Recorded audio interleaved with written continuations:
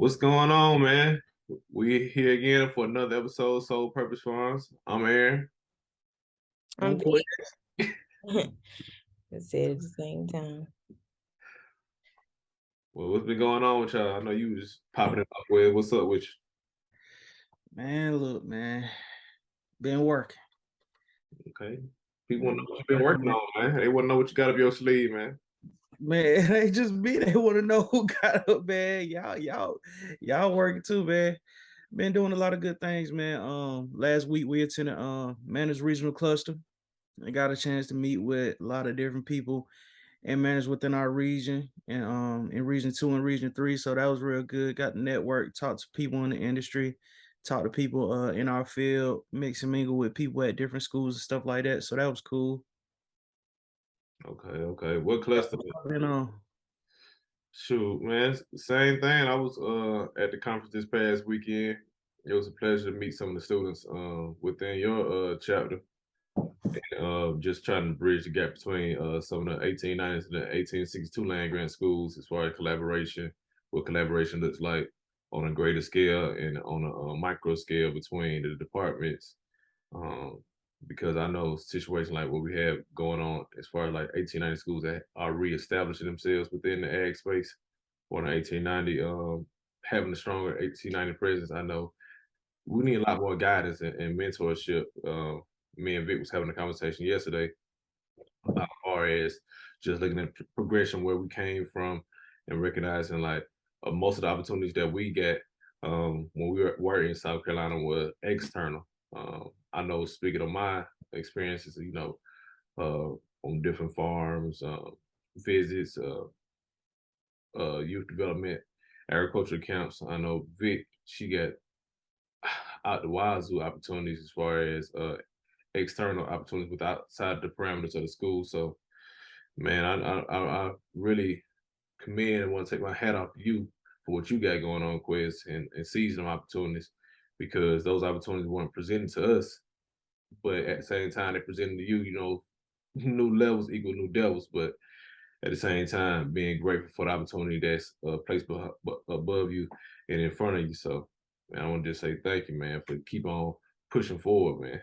man, I appreciate that, man. I'm definitely grateful, man. Just being in the position that I'm in, being at the university that I'm at, I don't take any of it for granted, and I really appreciate the opportunities, and not only opportunities, y'all blazing the trail. You know what I'm saying? People like y'all before me, setting that precedence to keep it moving. You know what I'm saying? And just being able to put my school in a place that they haven't been in in a space that they haven't been in a while. Being able to build awareness around the students and get them more involved with what's going on internally and externally within our field. So it's been a great pleasure, to say the least. Yeah, I know. Man, what you got going on, Vic? That's what we really. My mind is on my paper. I'm not even gonna lie to Okay. my mind is on my research. That's it. I thought you were about to say your mind is telling you something else. My mind is on my research. Yeah. No, I ain't got too much going on. Tomorrow I'm facilitating some FFA workshops with some FFA middle schoolers. We got 350 coming on campus tomorrow, so that should be fun. What is FFA? Future Farmers of America. So it's a youth development program, nationally known youth development program. And I'm facilitating some workshops on making your mark. So that should be fun. And then this weekend we're going to my Virginia Tech chapter is going to regionals manor. So we'll see what that's gonna look like this weekend. I'm so excited to hear them stories. I know y'all gonna be turned out there. I don't know. I don't know if it's gonna be. I think it's gonna be small. I don't know. We'll see. Okay, because I know I didn't heard some good chants, but the way your big brother or your little big brother crunk that, I need that hokey chant. Like, you know what I'm saying? Like I done been Michael Vick fans, back in the day, Marcus Vick fans, Virginia Tech back in the day and just watching them boy play, but I never really tuned into like the Virginia Tech culture as far as like what it really about. And to see how them people take pride in that Hokie. Yeah, they have a lot of school spirit here. I don't want to put They you. don't play about that Hokie. I don't want to put you on the spot, Vic. Can I get a Hokie? No, I'm not doing that. No, Can I I'm not get a doing the Hokie? Hokie Oh, chant. man. Yeah, I wish I was a fly on the wall at y'all regional cluster just to see y'all Hokies crank that junk up. Yeah, we got like 19 people going. Well, one person, undergraduate is not, one of them is not going, so it's 18. But we got a nice group going. So Yeah. I remember we were doing a roll call this past weekend. We were sitting at the table. We went outside a couple times, and I said, "Hold on, we cannot keep on going outside." I said, I was like, "Hold on, we need to get it together." I'm like, I know we get some chance. So I looked to the undergraduate student for some guidance as far as like the chance and stuff like that, knowing that I ain't been here that long. So I was like, okay, what's some of the chances? We got it down pat. It was still shaky, but it was better than just. Yeah. Y'all put it together though. But the way Spike Lee them behind me put on that movie, I said, what? I don't know what Quinn got on. He was like, you had to turn around and salute him. Man, look. what school was that? We SC State. SC State represented well with the chant. They represented well with the Yes, chant. man, because we heard them Aggies in the building, man. You know them Aggies gonna show up and show, man, look, we had to come with it. We heard the Aggie pride, boy, what? Wait a minute. So yeah, SC State came with it. We had a little chant. Man, look here. Hey, y'all had the spirit of DOC in y'all, man. I promise you, man. The way they turned up, but would you want to speak on some opportunities that you gained at the Banner Regional Cluster Quiz?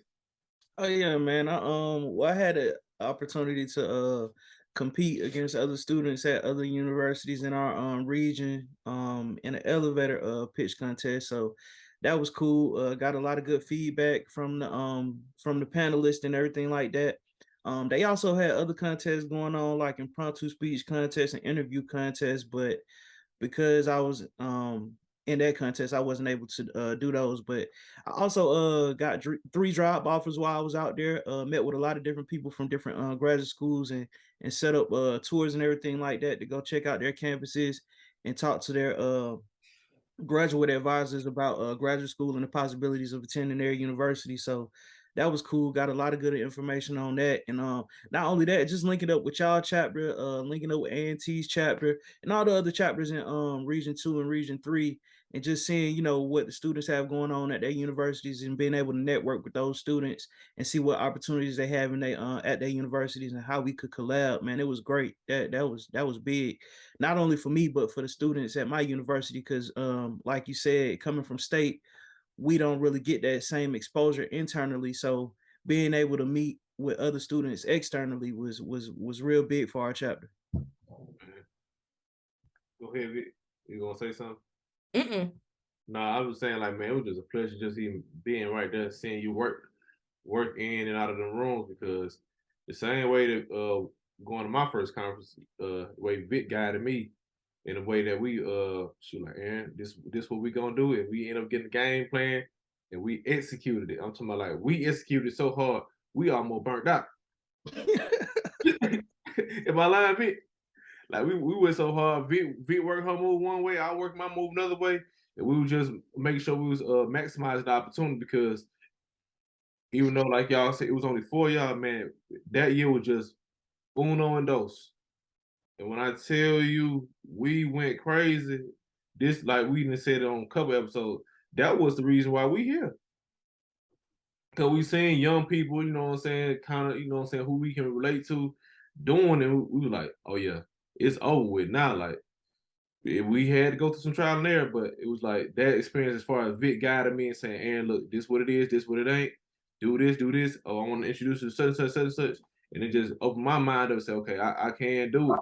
and I'm forever grateful for Dr. Mathis giving us the opportunity to go pursue that manners conference that year, because it was, we was going through a rebuilding phase. Like, y'all rebuilding, but then we was on ice. Like, when me and Vic showed up, they were like, "What y'all doing here?"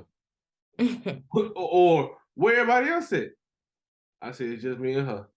And we held her down. I had a great time, but and that was years ago now. But seeing you stepping into the light and taking that, doing, cause like it's just commendable, man. I'm just saying, thank you, Lord.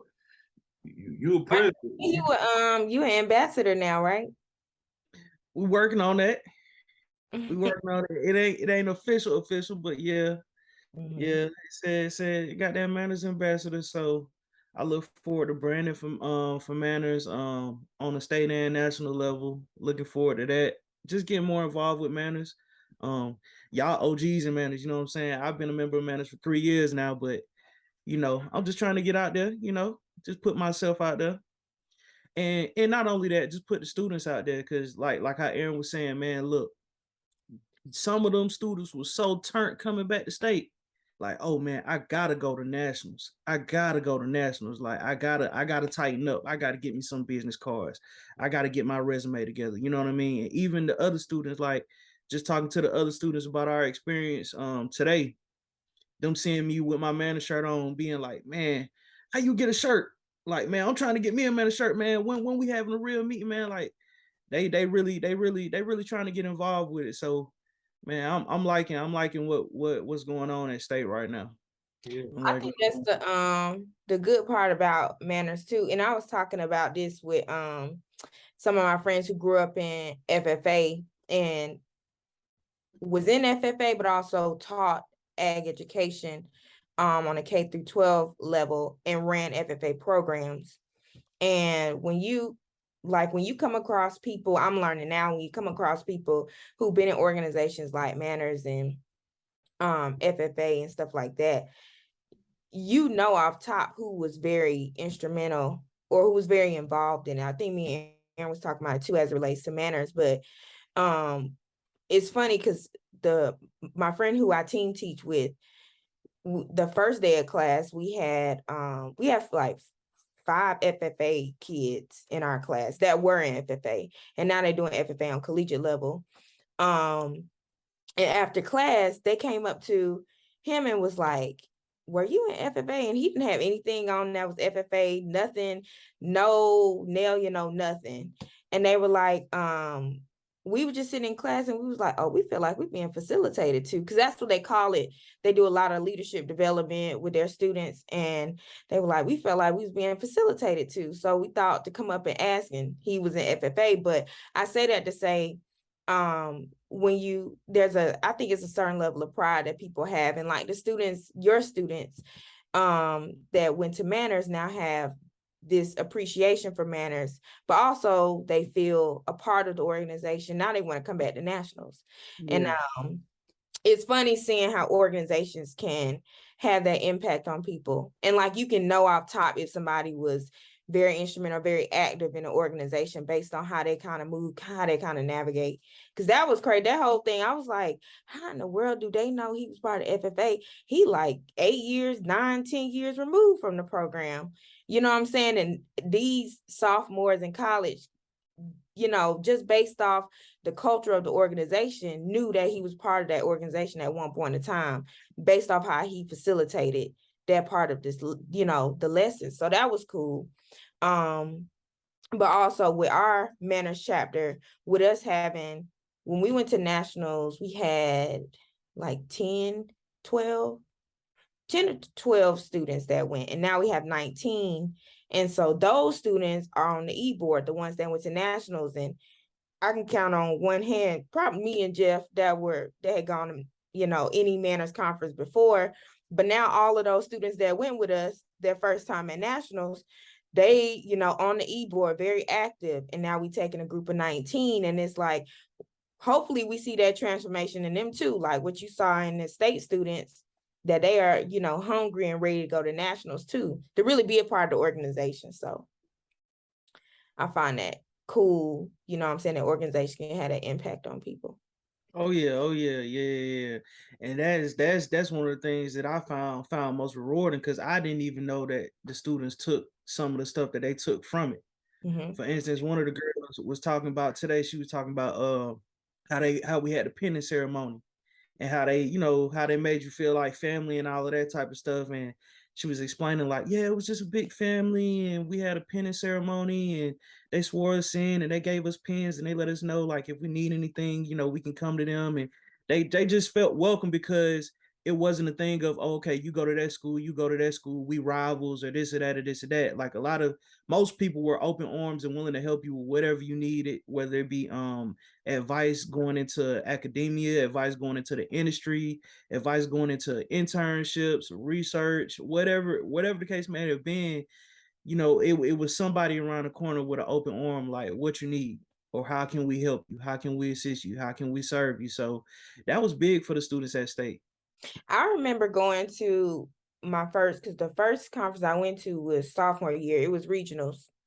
And A&T had a huge chapter then. They have a decent chapter now too, but it was really big then. And I had met a lot of people from A&T. So fast forward to now, like I knew those students had gone to A&T, but I didn't know, you know what I'm saying? Like life happens, years pass by. And my first semester here, the Black graduate group had this mixer at the beginning of the semester in August with all the Black graduate students. So we there, and I'm looking, and it's a student that I met, Taylor, who I met long ago that year at regionals. Like that was like 2012. And I knew she went to A&T, but I didn't know she had gone to Tech for vet school. And so I was like, dang, she look familiar.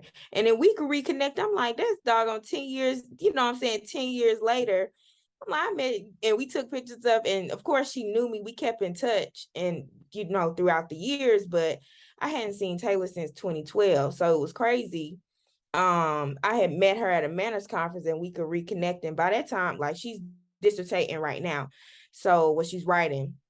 So she's in that process, but that's the type of relationships that people build, you know what I'm saying, from undergrad, grad school, whether you're a master's or PhD student, and even professional world, because I'm sure y'all heard or ran into people that talked about their experiences maybe when they was in manners, or their colleagues and when they were in school and what that looked like, and just all the small ag and life science circles. So Yeah. And one of the biggest things that I just took away from what you said, and what I took away from the cluster, was relationships. Building those relationships, getting those people, because man, we talk about that all the time, man. Your network is bigger than what's in your pocket. mm-hmm. It's more important than what's in your pocket. So just being able to meet with those different people, and build those relationships, connect the dots with a lot of different people and a lot of different schools and stuff, man. Like I said, I enjoyed it thoroughly, to say the least. Man, because we got out there, and it was some ups and downs, but man, I can say we handle business. We handle business. Yeah, but I also think that being able to see people, like how we were saying before, see people like who kind of sort of get it, it makes your process feel a whole lot better and make it feel that much more worth it. You get what I'm saying? Because like I was sharing with somebody, I'm like, man, some days I go a day without seeing a Black person or having a conversation that's meaningful, unless I'm talking to y'all.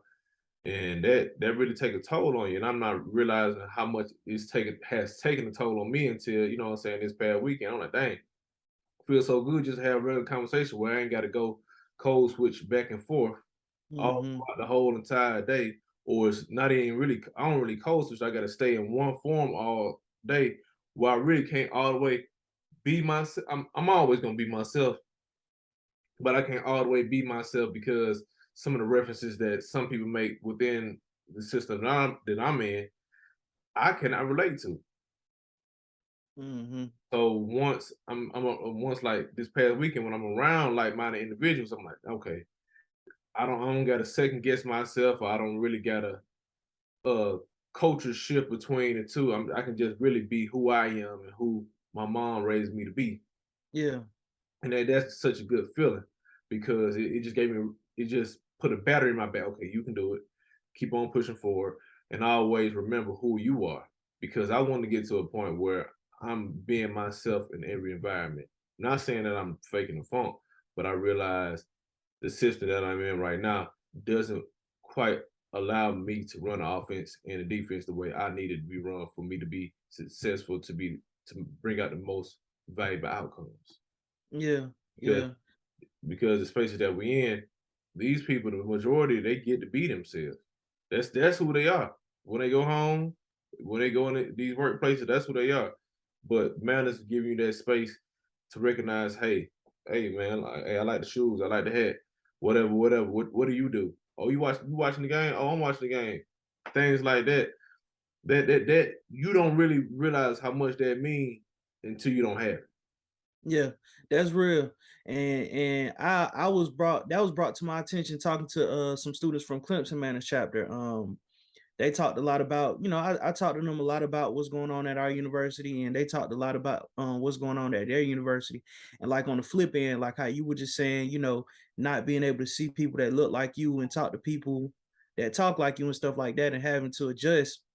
They were talking about how it was kind of refreshing to talk to somebody like me because they so used to what you talking about, where they don't have that space where they can be themselves or they have the code switch or whatever the case may be.